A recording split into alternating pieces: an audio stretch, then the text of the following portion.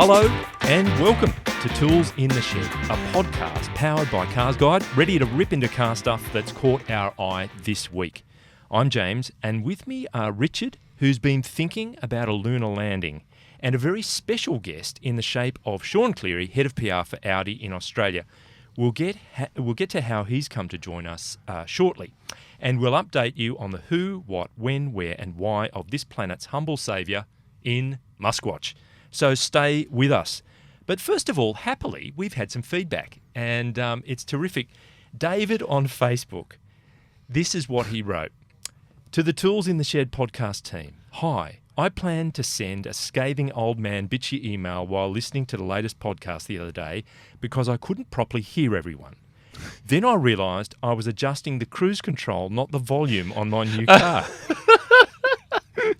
So this then is the updated, polite and hopefully helpful version. I love the podcast, but in my car I find the volume from some presenters, possibly Malcolm, tends to dip in and out of my hearing range while the host remains quite loud. Apologies for that. This is a shame as I feel I might be missing out on some of Malcolm's more dry moments.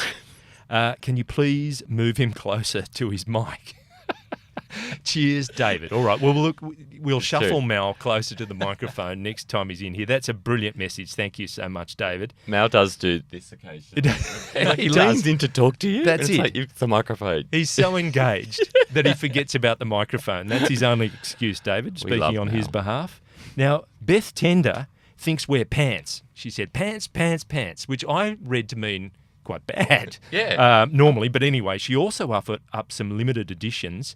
We've been talking about that, including the Escort Sundowner van, which was, a late 70s compact version of your, what were the Holden ones? Why can't I think of it? They called it, there was the Ford, Falcon? The Holden, the panel van, the special name Sandman. Sandman. Yeah. So your Sundowner was the Escort compact version. It had a circular window. That's right, a bubble window. Into the back. So if you peered in there, I'm not sure what you would see. Probably not very tasteful. Naked bum. No, could be. Chapo's channel likes the look of the Lagonda SUV, was excited by the new Triton, but bought a D23 Navara manual instead. So what a great truck. Well done. He drives a Merc 2653 Prime Mover in B-double specification. Configuration and loves the podcast. What a legend! Does he have the ambient lighting package in that? In the Prime Mover? Yeah. Who knows? He should let us know. 64 Chapo's colours. channel, let us know. Bonnie Babu was back on board. He enjoyed your Lambo Urus family review, Richard, Oh, cool. and asks, are you making any more? Videos or Maybe another Urus review or the kind of long form involve the family review. I'm starting on my own website called Urus Guide. It's just going to be Lamborghini Urus. Yeah. It's going to get a bit samey, but... Yeah, the search traffic for that would be interesting. And Blake Swan asks the valid question, who's going to buy all these EVs? He's predicting a disaster with more expensive EVs than buyers. Now, I reckon that's a valid question, okay? Audi and various others are madly working towards an EV future. But if you build them, will they come? Time will tell. I've heard two sort of theories on that EVs, second-hand EVs are the bargain of the century. Right. And then you've got other people who say, I wouldn't touch one with a 10-foot pole. Yep. I guess time will tell. Well, in one of the biggest markets in the US, the current federal administration, Mr. Trump, has said we're going to eradicate all of the subsidies that encourage people into EVs. Why should other people be paying for people who own electric cars? That's his rationale. So we'll see how that impacts sales as well. So, look, thank you to everybody that gave us that feedback. And to shed some light on why Sean has joined us, other than being a terrific bloke, Richard had an issue with Audi's, the little pieces of chrome-plated, numerals and letters on the back of the car were confusing him, and he wanted some answers, and Sean got in touch. And here I am. I am easily confused. And as a bit of a background, I recently reviewed the A335 TFSI and more recently the Q5 50 Audi recently changed the naming, or not the models, but of those grades. And we're going straight to the horse's mouth. We've got the horse. Yes, all right. Yeah, I am the horse. Come on, Ned. Spit it out. So basically we have introduced a new naming structure, as you know, and it starts in Australia from about the 30-35 mark, goes up by 5 unit increments all the way up to, at the moment, 55, which is the old 3-litre TFSI engine. And what we're finding is that those cubic capacity references will become increasingly more redundant when we talk about models like e-tron, plug-in hybrids as well, where essentially an e-tron is a 0-litre. Yeah. And so in that case, and potentially if there are different power outputs, we still need to offer that differentiation. So the new hierarchy, as it were, is on the power output of the engine or motor or whatever it is you're talking about. Absolutely, yeah. Okay. So there's no direct linear conversion, but what you'll see is a 55 is all around the same sort of output and sits above, obviously, a 50, a 45, a 40. A 45, for instance, is what we used to call our 2-litre TFSI engine, which is in a lot of models. Yep. But then you'll see it as a 45 in an A4, an A5, a Q5, an A6. So it's always the same engine is the same number. And look, whatever model. and frankly, if someone's either online or in the showroom, they're going to ask the question, Yes. well, what's the engine? So, Yeah. that makes a lot of sense. Yeah. But what if I'd prefer my car to be badged on its torque output, Sean? You know, I'm not fussed by power. I prefer torque. Oh, we're working on that, but maybe that's phase 2. Yeah, and as you said, this is future-proofing models is. as well. So Absolutely. as electric vehicles become more and more popular and more in demand, you could still have a 40, e-tron, and that will still, be equivalent to a 40 TFSI or, in terms of power output. Exactly, it'd be comparable. And I think the big thing, while there might be sort of 6 or 7 now that we're looking at, as a customer, if you're looking at a car, whether it's an A4 or a Q5 or whatever, you'll only be looking at 2 or 3. So you're not looking at massive different versions. And it's then easy for the customer to understand, okay, well, a 55 sits above a 50 or a 45 or something like that. And the genesis of this, I suppose, was that, back in the day of predominantly naturally aspirated engines, the capacity of the engine was very much the naming of the car. Then Absolutely. you got turbo engines that were half the size but still had that number on their boot lid, and it all became a bit odd. And I'm sure, German people, methodical, logical, wanted something that was more in line with, the reality of the car.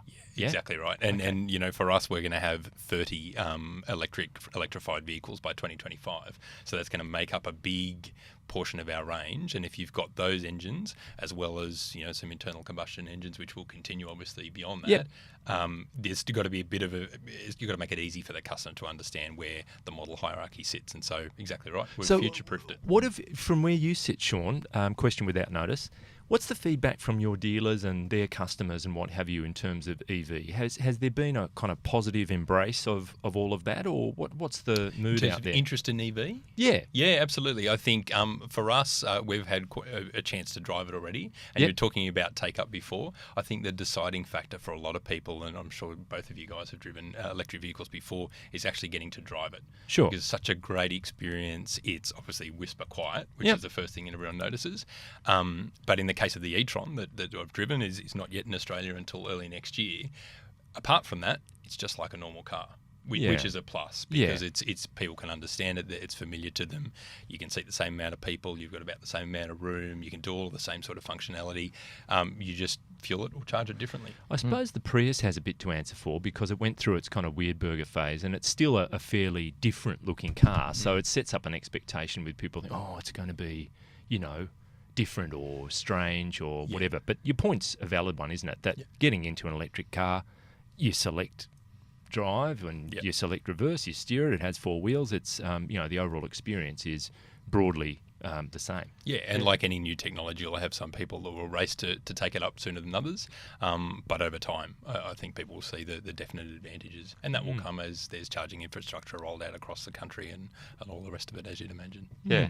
I mean, in a lot of ways, it's a more refined process. You don't have gears, so there's no, sort of or turbo lag or anything like that. It's pretty seamless driving experience. Yeah. It's quite, and, torque is quite strong in electric cars. So It is. Yeah. I think the future is pretty fun and fast. So, Mind you, I do find the exhaust note of the R8 rather entertaining, Sean. So there's a lot to be said for that. Yeah, exactly right. And someone who would prefer their naming badge structure by the torque capacity might actually like that as well. Yeah, that would be very might good. be the same customer. So I think we've covered it before, but it's going to be horses for courses, almost by market and by customer. For a decent period of time. Yeah. Notwithstanding legislative kind of imperatives, maybe the government comes on board and makes some kind of pronouncement that says everybody's going to be doing this by such and such a date. Yes. But given their druthers, I think people would make a choice on their own use and whatever they want. So there'll be R8s and there'll be e-trons as well. Yeah. Yeah, just like there has been diesels, petrols, there's been hybrids now for some time, as you pointed out, James, and that will continue. And I think at the moment, clearly there's a weight of movement across all the manufacturers towards EV. Clearly that's where it's headed. And so there's a significant portion, and the fact by volume and scale, that technology will become better and better, and ultimately prices will be more competitive as well. Great. Does that straighten it out for you, Richard? Do you reckon you're squared away? Completely. And look, I've got to say, it's actually quite an honour having you in here, because every single explanation I've read about that new naming structure has come from second-hand, third-hand, from journalists all around the world. I actually haven't seen anyone from Audi anywhere sort of go, this is really what it means. Why didn't you ask? Yeah, so we did. So that's good. Yeah. Terrific. Cool. Now, on the subject of vehicles that some people may be hesitant about, yes, there's one, Richard, that you've been looking at that is interesting. Fill us in. And it's not of this realm. No, it's of I suppose the third kind. It's Toyota has made an announcement this week that it is going into a partnership with Japan's Aerospace and Exploration Agency. Its name is JAXA. Going into a joint venture with JAXA to create a lunar rover. Now, why am I seeing JAXA as the full forward for the local kind of Aussie rules team? Go JAXA! Go JAXA! Come on the ball, It takes 5 men to get JAXA down. And he's just pulling them all across the line. Yeah. No, JAXA have announced that they are hoping to have a moon mission between 2029 and 2034. And Toyota is going to be building a lunar rover. Right. Now, it's not like a lunar rover that we've ever seen before. The original Apollo lunar rovers were quite small. Or the Chariot from Lost in Space. Lost in Space's Chariot. That was a fantastic rover. This lunar rover is quite a bit larger. It's sort of a 5 metre by 6 metre affair. It can take up to 5 or 6 astronauts. They don't need to wear spacesuits inside. It's a pressurised cabin. It's a troopy. It's basically a troop carrier. And it can travel for up to 10,000 kilometres. That's its range. 6 wheels, which is 10,000 kilometres. So I know there's less resistance on the moon, but that's extraordinary. Absolutely. Look, the original lunar rovers weighed about 250 kilos. Moon weight is 35 kilos. So that's quite a big difference in weight, and that, in terms of your fuel cells and all your luggage and cargo, makes a big difference. I wonder, given that the lunar rovers, the original ones from the 60s, are still there, whether we could see the first ever car crash on the moon. Or race on the moon. That would be great. You just need to fire those up and it's on. Do you want to know some pub trivia? Do you think they're talking to each other to make sure they would be, autonomous. Do you want to know some lunar rover pub trivia? Always. Just to impress your friends over the weekend. So those original Apollo rovers from the 60s and early 70s, they had electric motors. They weren't lithium-ion batteries like we've got today. They were silver oxide or something like that. They had a range of around about 35 kilometres.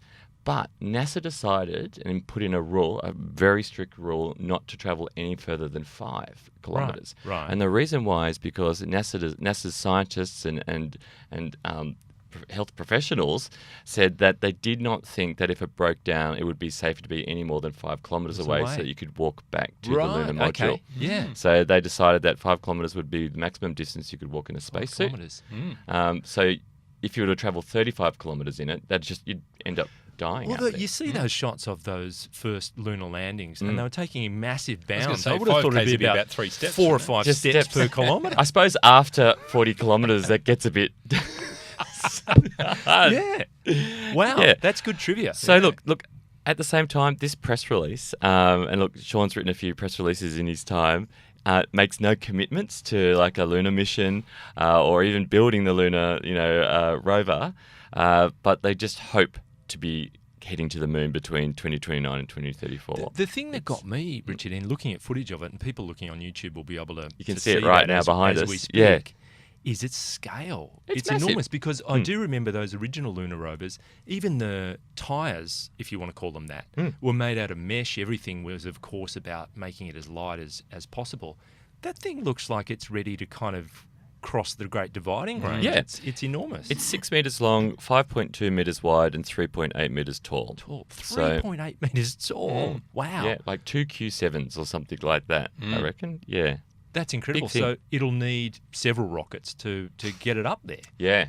Yeah. No explanation about sort of how but it'll probably be assembled up there. That'd be the way to do it, I guess. Mm. Yeah, that's interesting. Yeah. Because I know as well, enormous dumper trucks and things in coal mines and wherever else, they're assembled on site. Yeah. They're never actually a vehicle until Yeah. they actually arrive as to where they're Like going to be Lego. working. Yeah, they put them all together. Yeah. And Sean, this touches on some Audi business. Yes. in Yeah, that there absolutely. was the Audi Luna Quattro. Luna Quattro. So Yes. I remember reading about that a couple of Yeah, years ago. 2016. And it was was when it was unveiled. That's right, a partnership with PT? Or It was with Yeah. part-time scientists, Part-time as part of the scientists, yep. Google X Prize. So the mission to the moon, essentially, is what we called it. And that car was actually in Australia for a very Right. short time. Was it? Car. Is it a car? Do we call it a car? it did. a rover. It'd stand out in traffic. Yeah. Where Absolutely. did you actually drive it? So we had it. We had it at our headquarters actually Cool. for a few things that we were doing, and it's probably about that big, I suppose. But you look at it and it looks to have a certain weight. It's obviously very carefully packaged up to travel. Yeah. But it's incredibly light. So that would only take a very tiny person. If yeah, you know, exactly A right. child. you'd have to have Well, child, just have a child child, astronauts. Yeah. Which is a risk. Like a pedal car. So is that, I mean, because, from your own experience in seeing that there's no real commitment here between Toyota and the Japanese, space agency, do you think that's a possibility of actually happening? Or do car companies do this, is it for, promotion and publicity, or is it for their own internal development and stuff like that? Or I think in our case, it was a chance to sort of expand the horizons a little bit on both sides. Yeah. Because the part-time scientists did actually spend a good deal of time with our Quattro engineers, Yeah. understanding how things work, no doubt talking a little bit about EV Quattro technology as well, and what they might be able to take away to implement in the rover. And because the incredible lightweight, I think it was 36 kilograms originally, and then, of course, every gram when you're firing it to the moon makes Yes. a huge difference. And- And they cut 5 kilos off it. Wow. So all I Which was going is- to say was for people who aren't watching on YouTube, the gestures that you made, Sean, in terms of its size, what was that? Like a less than a metre wide and a metre and a probably half or about so a metre long? and Okay. yeah, maybe 3/4 wide. Yeah. But the amount of detail was incredible. It was the Right. machining and everything was very precise, very impressive. So when there obviously still a lot of work going on Okay. to get there, but yeah, it's quite an exciting project. Okay, so there hasn't been any kind of great leap news, but it's still No, there bubbling away. That's right. We're still 385,000 kilometres away. I think Yep. there could be a traffic jam on the moon. There are could so be. many missions. I mean, Donald Trump is determined that that Americans will be back on the moon by Yep. 2020, and we'll get to that a little later with Muskwatch. But Can I just say, I love that it's 385,000 kilometres away. 'cause Yeah. that's how far it is away. Yeah. You didn't just make that up. No, That's exactly right. I haven't been there, by the way. Yeah. didn't you know that, Richard? No, I actually thought it was 384, and only because I'm a nerd. But Yeah. I was impressed by that. Yeah, I reset the trip meter last time I went. Yeah. Well, Gotta do that. it will be interesting to see all of these efforts. Undoubtedly, will yield something. And there you go. People will be back on the moon before we know it. Yeah, really interesting. absolutely. Cool. All right, now we're going to move into a section that we like to call In Our Garage, which is what we have been driving during the preceding week. And Richard, we're going to kick off with you. Yep. We've been talking about electric vehicles, and the one that you've been occupying is electric. Fill us in. Yeah, that's right. Look, I've been to the launch of the Hyundai Kona Electric. My review will be coming out on March 22, so depending on when you're watching that, it could be up or it could be coming up very, very soon. So I attended that launch, and look, in a lot of ways, it looks just like a regular Kona. And I don't know if you've probably seen a Kona out on the road there. I suppose they're quite polarizing in the way they look, and they've got a grille very similar to an Audi, but this one doesn't. it doesn't have a grille because it's got an electric motor, which is sort of the future of electric vehicles. In that we're so used to seeing a big grille at the front of a car that this one's just got plastic cladding. Electric motors still need airflow, and there's ducts underneath it where air can come in. There are ducks underneath it. not- You meant to stop. No, they do. There was a great video I saw yesterday where all ducks, I mean, there were a dozen of them, Yeah. came up to the pedestrian light, waited for it, and then crossed. No. Yeah. They knew Really? exactly what was going on. Anyway. That's Yeah. And on that cooling point, actually, Richard, Yeah. it's interesting that actually there's a lot of demand in fast charging for cooling, Yeah. potentially even more so than actually driving, which is obviously the other way around when you think about internal combustion engines. It's all about sitting in traffic or when you're driving and the engine's under load. But Yeah. for electric charging, it's actually because there's so much current going through the car to charge it that quickly. That's when the cooling system is really at its peak. Well, that's it. Actually, have radiators. Do you know what I mean? Like these are things that I didn't know a few years ago. Electric motors have radiators. They've actually got really sophisticated cooling systems. They just don't need that giant airflow coming in, and it's all about aero in those cars as Yeah, well. absolutely. And sometimes a giant grille, isn't the best, for aerodynamics. So. Yeah, and we're seeing it on Audis as well. That's a brand that's famous for its giant grills. And, I mean, how do we get around this? Can they put a grill still? They can still put a grill on an electric car, even though it's They do. not a functional thing. BMW does. i3's Yeah. still got its little, Yeah. kidney grill and Yeah, all that yeah, stuff, yeah. Designers actually love the challenge because you're right. Your cars have always had grills for that Yeah. reason. Yeah. So in the event that maybe they don't need such a big one, or maybe they don't need one at all, depending on, they love that challenge because it just opens up an entirely new field of design and creativity for them. So they're really excited. Currently, we still have grills, but as you say, for aero reasons, a lot of them are now blanked off, just to prevent that sort of turbulence, I suppose. Hyundai's done this thing with the Kona grill and I need to find out whether it's an aerodynamic thing or just a design thing. But what they've done is they've put these sort of dimples in it, which makes it look like a ye olde grill in some ways. They're kind of like little sort of like grooves in it, rather than make it just a flat plastic sort of piece of cladding which comes down from the badge to the front splitter.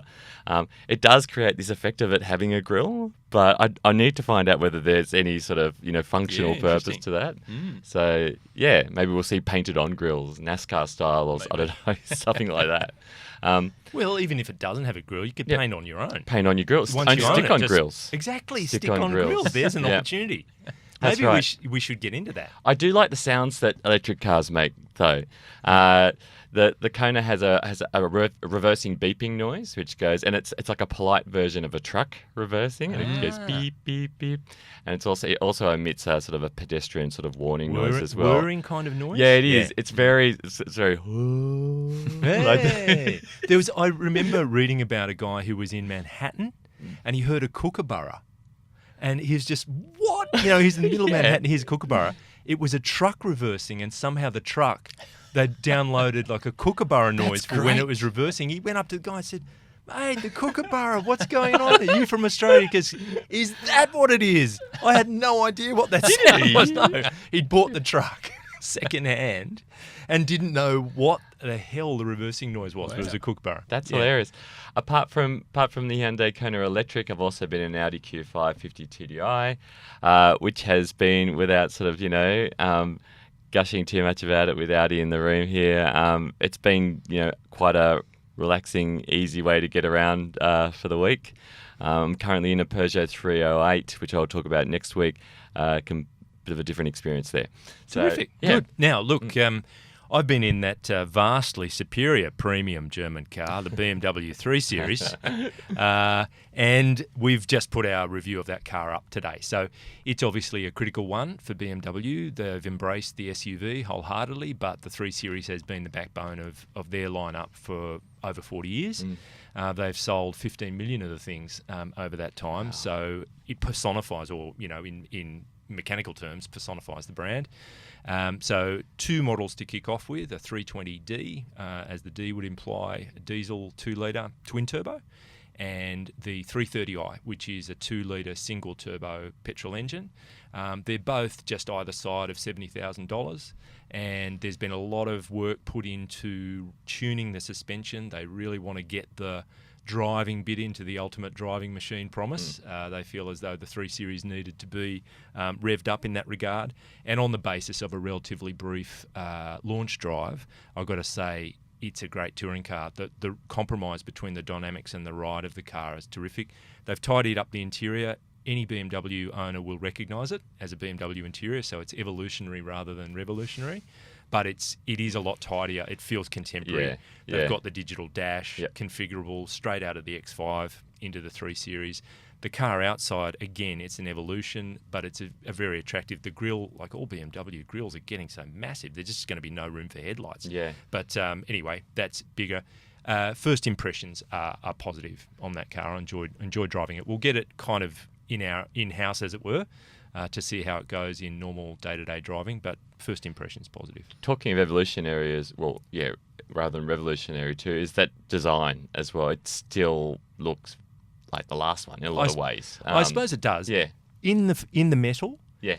it does update it effectively. Yes. Yeah. There are some subtle things that once you actually get to see it in reality, updates it pretty well, I think. Yeah. Others may differ, but there you go. Yeah. But it is an important segment for particularly the premium market. You know, obviously, ourselves with the A4, Mercedes with the C-Class, new series, the 3 Series. It's been the traditional sedan segment for a long time. Yeah. Maybe the sales numbers aren't quite what they were a while ago, but it's still very significant. And there's a lot of value in that size and type of car as well as features. Because this car now is loaded.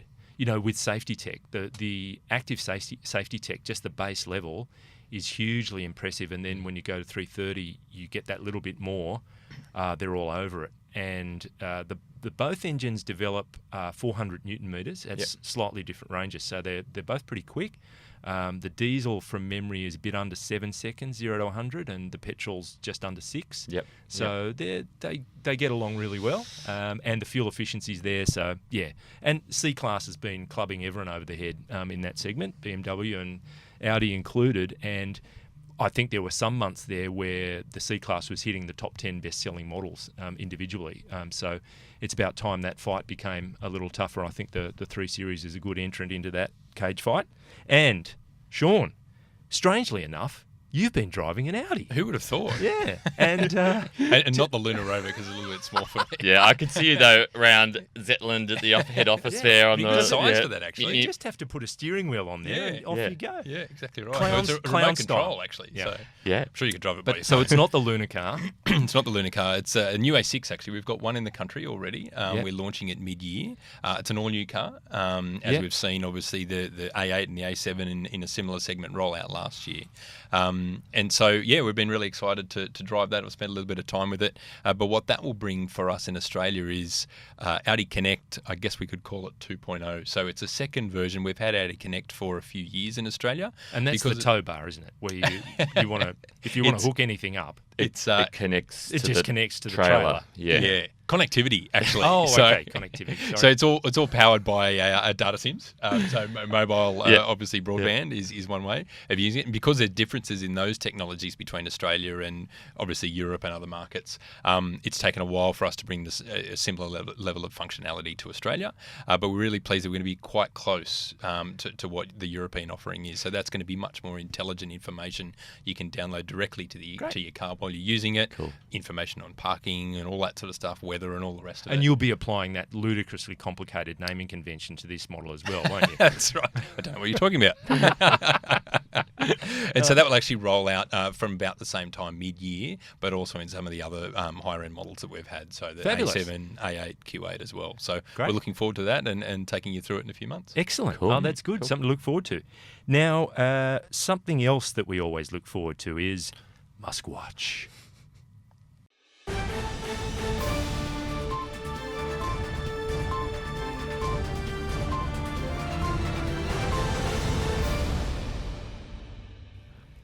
Right, so look, plenty of Muskwatch news. This Oh my week. God! It's- There's never there's never a dull week. There's never a dull Musquatch week. news. And look, the big news, and we were talking about the moon, that SpaceX is lining up, and they have just put their Dragon spacecraft, docked it with the International Space Station. Yep. It's splashed down successfully. That's right. all fantastic. And SpaceX looks set to pick up the contract for the heavy lifting on NASA's moon mission, Yep. which is set for 2020. So Trump is determined, as we said, to get some people back on the moon by 2020. And NASA has said it's open to external partners for various aspects of the whole effort. And SpaceX is very much in line to do that. And the only thing that occurred to me was Elon was stung for the smoking a joint on Joe Rogan's podcast some time ago. And NASA said that his clearance was actually in jeopardy, that he may be a person of, questionable repute because of that. So I'd like to know whether he still is able to swipe the pass and get into NASA headquarters and whether they're still recognising him, because that was a big issue at the time. I think he has too much to offer to lose his privilege, his access privileges. Yeah. Moments on the lips and then years on the not getting into NASA. I watched that launch actually, and the docking of Dragon with the International Space Station. And to see the difference in the way that a government organisation builds spacecraft and the way a private organisation or business builds one is quite amazing, because the NASA ones look there's nothing there which doesn't need to be. Very, very Spartan, but very sort of practical and, it's utilitarian. But the Dragon capsule looked like beautiful. It had been designed by Pininfarina. It was styled, and you're even right. There was a spacesuited dummy in there as well, and the spacesuit was slick. It was like an Armani spacesuit. It looked amazing. And in that capsule as well was a soft toy. Single-breasted or double-breasted? It was single-breasted. Single-breasted spacesuit. Yeah. Waistcoat? There was no fob watch. Pocket square. Cravat.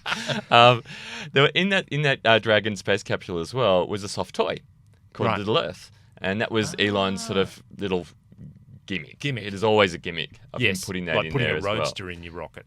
And then sending it out there. Exactly. Wow. So it's interesting to see when private businesses sort of look after things that are normally government, how how different it is. And the splashdown was so reminiscent of the original lunar Apollo missions, and the scorching down the side of the capsule has that kind of flame resistance. All that I like really that. fires up all those memories of first-hand memories from a person of a certain age from when that happened first time round. Now then, on the not so good side of the ledger, Tesla has, put it this way, they've reversed their decision to close most of their stores and actually have undertaken analysis of each of their retail outlets, more particularly in the US. Some that have been closed will be reopened with a smaller staff. Some that, haven't been closed might be closed. So they're actually going to go through all of that. It smacked of ready, fire, aim. They went out there, made a big announcement. Now they've thought about it. The way they're going to try and get some more profitability in the business is raise the prices of vehicles that had been reduced in price. They're going back up. Everything raises by 3% except for the Model 3 $35,000 entry model car. Because they've promised to keep it at that, but everything else goes up by 3%. So who knows what will happen next week? There'll probably be a rewind on all of that, but that's the way it is right at the moment. It's interesting, and Sean, I've been to a lot of your press conferences and other car makers where they talk about moving away from the dealership sort of model and then sort of more to a retail sort of thing. And I know that Audi do a bit of both, but you go to a Tesla event and they don't even use the word dealership. It's all words like experience or retail outlet or even shop. And that decision to close down all dealerships was pretty rash. And the governing thought here is that the intention is still to have all sales online. So these will be experience type, spaces as opposed to come in and buy your vehicle. But that may change. Anything is possible. We'll maintain a must watch on that particular thing. I think it points towards just at the moment in the industry, it's such an exciting time because there is so much change around that idea of ownership, use of a car, how cars are made, transition to different types of drivetrain technologies, connectivity and everything. We had our annual press conference last night in Ingolstadt, and that was a clear point to say that this is a pivotal time for our brand and also the industry in terms of what comes next, and no one knows exactly, and so there's a lot of exciting things happening in the space. Fabulous. Now, the other thing is that pesky SEC in America, there's still an arm wrestle between Elon and that particular body about tweets and about what may or may not impact. I thought you meant Joe Pesci. Joe Pesci. I thought you meant him. You think I'm funny?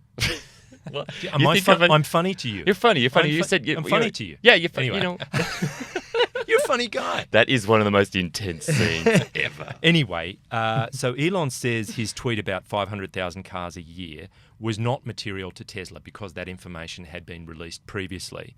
So there's no violation. And Tesla's lawyers have lodged a 33-page document. They filed it on Monday this week to the Southern District Court of New York to that effect. I've got to say that if you've gone out there and tweeted that it's 500,000, then 4 hours later you tweet a correction of that, that could have, what you tweeted was wrong. Therefore, that could have a material impact on the share price of the company. And the whole thing was that his tweets were meant to be vetted by a Twitter minder. Yeah. And that one obviously wasn't. So that's at the crux of the argument. And that will be determined sooner rather than later, you would think. So Elon has some dead set hate against the SEC and probably likewise by the feel of it. So we'll see where that goes. He holds a grudge, doesn't he? He's a good grudge holder. He doesn't just let it go. Wow. So there's that. Stay tuned for that. Moving on. Today, we record this podcast on a Friday, so today is the 15th of March. At 2 o'clock Eastern Time, the much-awaited Model Y will be unveiled. So this is the smaller SUV, and that is just another kind of thing to add into the mix, the impossibly complex thing that is Tesla, and it's due for production in 2020. So we're getting a look at it now, production next year. And look, we've seen some teasing kind of videos where it's draped and it's going to have the drapes ripped off. The overall form of it looks like, no surprise, a smaller Model X. Yep. But we'll see what happens there. So that's another important model for Tesla. Can I ask Sean sort of an unscheduled question, and that is, what? I think you're about to. Yeah, just in terms of not even Audi, but just generally, the car industry. How does the car industry view somebody like Elon Musk? He's a disruptor. He does things very differently. He almost seems to just make it up as he goes along. Like, what's the general vibe amongst car industry? Yeah, I think within Audi certainly there's recognition that the brand has changed the way that business can be done. So whether it's necessarily the right way for other companies or a company like us to adopt is a different question. But I think there's certainly different some learnings and some interesting observations about what they've done, how they've taken it on, and they've certainly created a huge amount of interest. And I think no one can argue with that. Yeah. He certainly knows how to build a following. Like, Well, we follow him. yeah, We follow him. we stalk him every really, move. and Yeah, sort we're of just basically trolling him. But we're not the only ones. And look, the final thing is the Model 3 production tracker. We follow the Bloomberg Model 3 production tracker because Tesla famously doesn't issue its own kind of weekly production numbers. Right. But this week, we're at 5813, which is up a Wow. whole 48 units on Yep. last week. So that just sub 6,000 number seems like their run rate. That's the volume for Model 3. That's incredible because this time last year it was 3. It wasn't even 3. Nowhere near it. Yeah. So all of that hullabaloo and that seeming chaos has somehow been put into straight lines out of the spaghetti that once was Tesla. And look, with that, I think we've reached the finish line. Yep. Thank you, Richard. really. Thank you. Thank you, Sean. Thank you. And thanks to our producer, Mr. Pritchard, for his mighty work behind the scenes. You can join the conversation by searching for Cars Guide on Facebook and Instagram, using the hashtag CGPodcast, or email us at comments@carsguide.com.au. You can listen to and watch us on YouTube, and there's a comment section there, of course. So get on board with Bonnie Babu and Chapo's Blake channel. Seven. Yeah, exactly. All of them. Get on board there. If you're enjoying Tools in the Shed, let other people know, and there's a chance they'll like it too. Maybe you can review us on iTunes, and thanks to those who have. Until next week, for some strange reason this morning, I couldn't work out how to fasten my seatbelt. Then it just clicked. Ah, scheiße.